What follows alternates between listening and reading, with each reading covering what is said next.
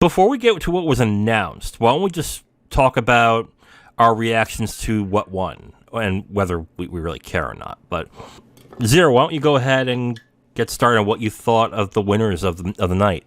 Didn't expect God of War Ragnarok to sweep as many awards as it did.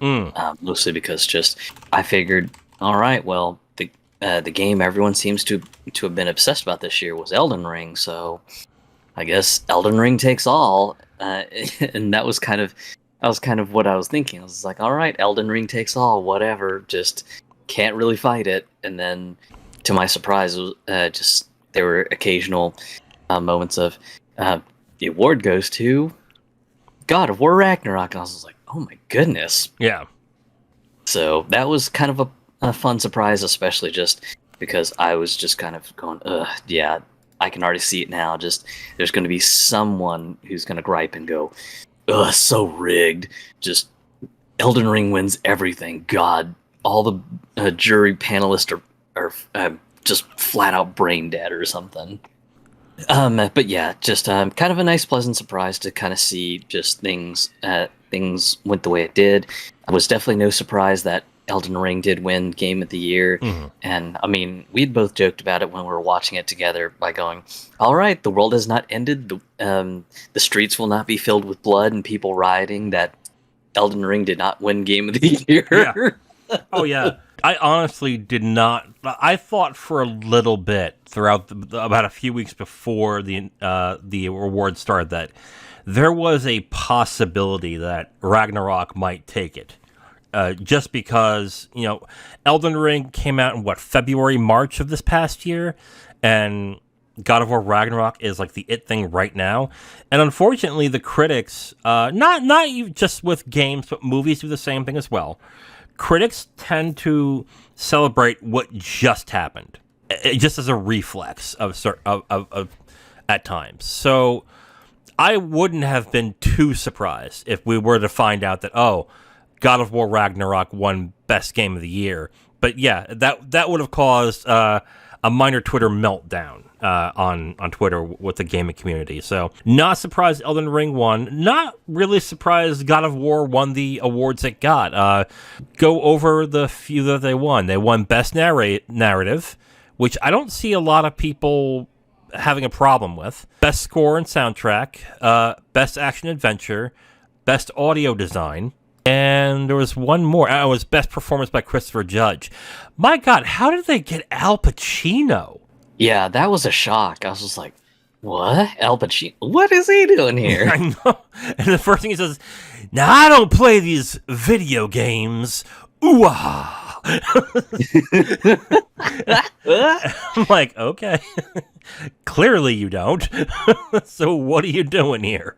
But I was like, but the thing I thought about that was, this gives them credibility now that they're having an award-winning, very respected actor coming to do an award statue. And if it was one of those, I'm here, I'm just going to read what's on the prompter, and then I'm out of here, that would be one thing. But he was there for a while talking about his grandkids and how he notices the things that games are doing. And this, I'm like, Jesus Christ, he's going for it. So God of War, I think, won the most awards of the night. Elden Ring got Best Game. It also got Best Role-Playing Game, Best Art Direction, which doesn't surprise me. Yeah, like Elden Ring won the big one, but God of War won the most. So it's kind of how do I put this? I guess it's kind of a go-between, or it's like, they won, like Elden Ring won the most.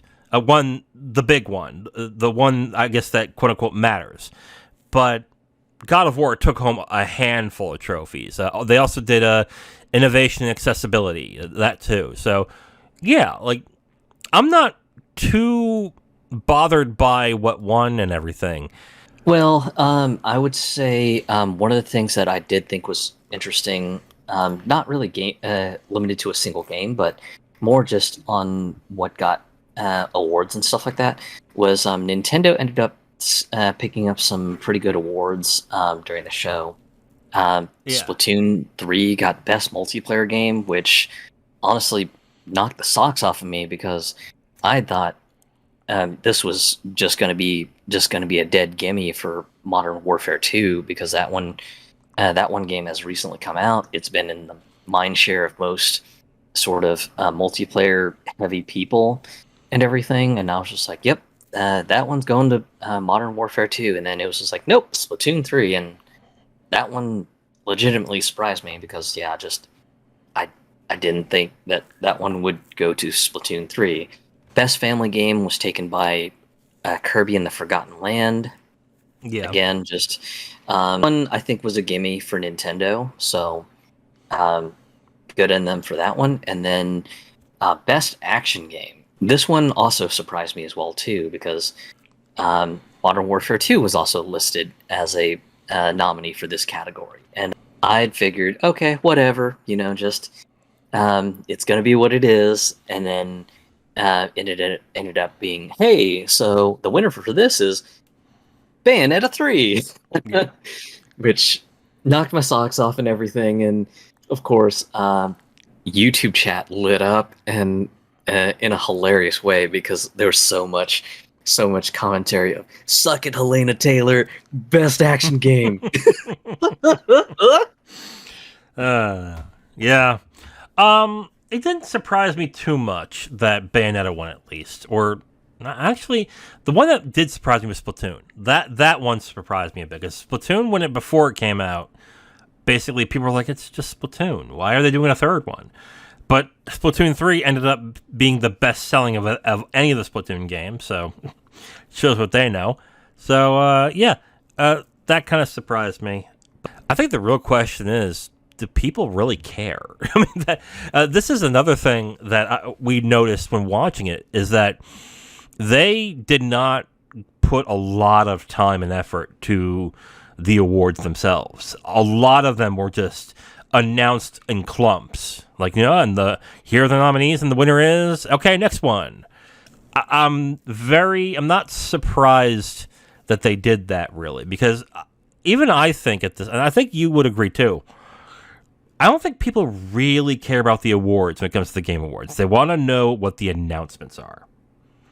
So yeah, I was seeing a lot of that sort of sentiment online, just people going, yeah, I don't really care about the awards. I just care about, the new stuff that's being announced, new trailers on projects that are already announced, things of that sort. So that seemed to be the general sentiment that I had noticed. Right. And that's been a common thing for the gaming industry for a long time. This is what's very different about movie lovers and, I guess, discourse around movies.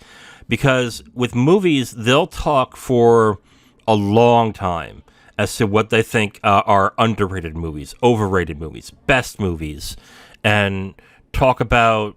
and then if it's that time, if it's like the Oscars or the award season is going, they'll talk about what they think should win. And then after it happens, they'll say, oh, who got robbed? They go into exhaustive detail. Whereas gamers are like, yeah, that's cool and all, but what's next? And it's kind of what the industry itself has conditioned gamers to be like. Because as much as they want to have maximum sales and everything, They want them to look forward to the next one. They want them to be ready to purchase the next DLC and everything. So, yeah, I mean, it doesn't surprise me that the awards in a show called the Game Awards doesn't really matter. Which gives me the question I have to you. Can we see in 5 years them taking away the awards and just having another E3 style presentation in December? Ooh, that is an interesting question. Yeah. If it ends up being that, just somehow just the sentiment towards the Game Awards just sort of falls apart, then yeah, potentially I could see something like, hey, we're just gonna, change things up. We're not really gonna focus on critical awards and stuff like that. We're just gonna, show off all the things that make the gaming industry interesting or whatnots. Then yeah, it potentially could end up turning into sort of a new winter E3 sort of situation. So I'm definitely not going to say, just it's not possible or anything, but yeah, I could potentially see something being changed up, and maybe seeing sort of like a push towards a different direction or something. Yeah. I don't think my thought on it is I don't think they will completely get rid of the Game Awards. They might call it something different and say, we will announce the winners of the Game Awards on Xstream and do it like that. The Oscars actually has two award ceremonies. There's the technical Oscars, and then there's the Oscars that they show on TV. And I think that is where it's going to land. I think they will either they'll have like two different award ceremonies, where one is where all the technical things or the genre things or whatever it is announced there, and then they'll have the awards where it's mostly announcements, and then sprinkled in here and there they'll announce the big winners of big categories like Game of the Year, Player's Voice, blah blah blah blah, whatever. So Right. I think I see that in 10 years, maybe, unless people really start caring about the Game Awards. Let's be honest here. Right now, people look forward to the Game Awards not because of the awards, because of what new is going to be coming out. So that's my feeling on it. Thank you for listening to this podcast segment. The Capital Games podcast is done every week, and we post it on all your favorite podcast apps, as well as segments on YouTube. If you want to listen to another segment, you can listen to a new one right there on the screen. We also do a movie podcast called the Capital Games Movie Club. If you'd like, you can go ahead and click on that and see all the movies that we have reviewed from that point. Thank you for listening, and we hope to hear from you soon.